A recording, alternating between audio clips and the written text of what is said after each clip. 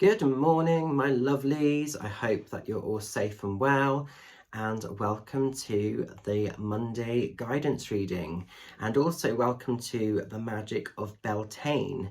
So Beltane is a pagan sort of festival which is celebrated on May the 1st, and it's the celebration, it's a fire festival, hence the candle, and it's also the celebration of the sort of midway point between the spring equinox into the energy of summer solstice. So we're at that sort of halfway point within the sort of Sabbath wheel, which is really, really interesting. It's a great time to celebrate fertility. It's when everything is coming into life, into sort of blossom and bloom, hence the beautiful flower.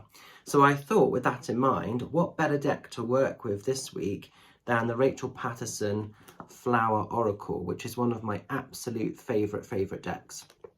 So these are the cards. So I'm going to channel a message for this coming Monday and see what we need to know about for the week ahead. I just want to say, we've got to talk about last night. Oh my God, a huge thank you to every single one of you lovelies that came to support the night at Froome at Foxy's Den.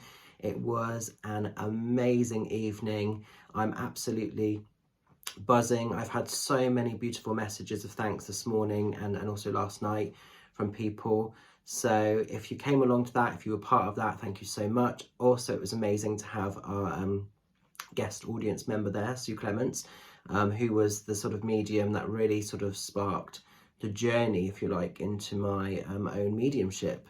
So just a really amazing night last night.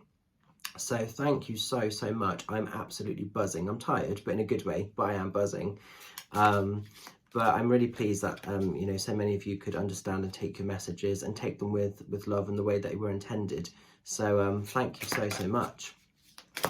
So let's get back to Monday. Let's see what we need to know about for the coming week ahead.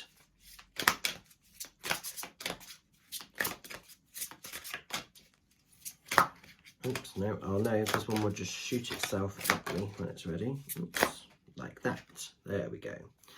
Okay, will this be a flower that I can actually pronounce? Let's have a look.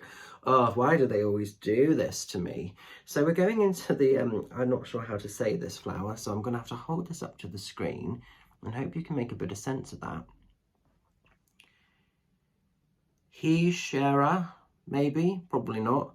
But the message here is secrecy. Now, I don't see this as secrecy as being deceitful. I actually feel like, as I'm holding this card, secrecy in the sense of keeping a little bit of mystique and magic about you.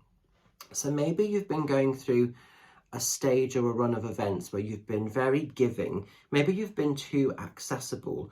And for me, as I'm sort of looking at this card, what I'm feeling, it's more a case of almost becoming a little bit more invisible, becoming a bit more secret in the sense of like fading back a little bit, not being as accessible for people, so that you can actually just recharge, you can embrace the energy of Beltane and, you know, the magic of spring, hopefully a bit of sun coming. But yeah, I just get this feeling of needing to be a bit more at one with yourself. So maybe some of you are just giving to too many sort of types of people or circumstance or experience, or just not getting to have that quality time. That's what I'm feeling more so. So for me, secrecy is becoming a bit invisible. It's becoming a bit discreet. It's maybe going a bit off grid, you know, just to sort of recharge and do what needs to do. So that's quite an interesting card to show. I suppose on the flip side of that, if you feel like there are sort of secrets being kept from you, be aware of that as well. But primarily that's not what I'm sort of feeling with this card. I feel it's more about, because as I'm holding it, I feel like I'm being cloaked, and I feel it's almost like Spirit is saying there's a need to be cloaked, there's a need to just be protected and go within a little bit. So an interesting one, quite a random card I think for this week, but there's obviously a reason it's come out, because there's always a reason. So if you can understand it, you know, go with that. If you're sort of yet to make sense of it, just be mindful of it this week. But it's definitely there for a reason. Just want to say before we close the sort of reading, because it is Beltane, I always like to do some sort of little piece of magic.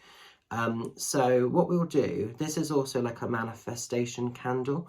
So I just want you to spend a few moments looking at the candle, and if you've got a dream, if you've got a wish, if you've got a vision, if you've got something that you want to put out to the universe and you want to sort of bring into like a physical reality, I just want you to send your thoughts and feelings very quickly into this candle. And this is a spell that will work collectively for everybody. So just focus on that. Send the intentions in of what you'd like to receive or what you want to materialize.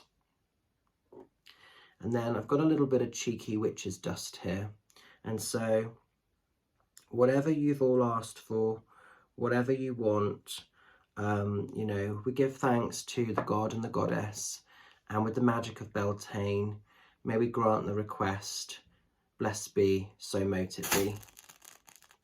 So I'm going to leave that with you. Have a magical week ahead, guys, and I'll see some of you lovelies very soon. Love and blessings. Bye for now. Have a beautiful bank holiday Monday. Catch you soon. Bye.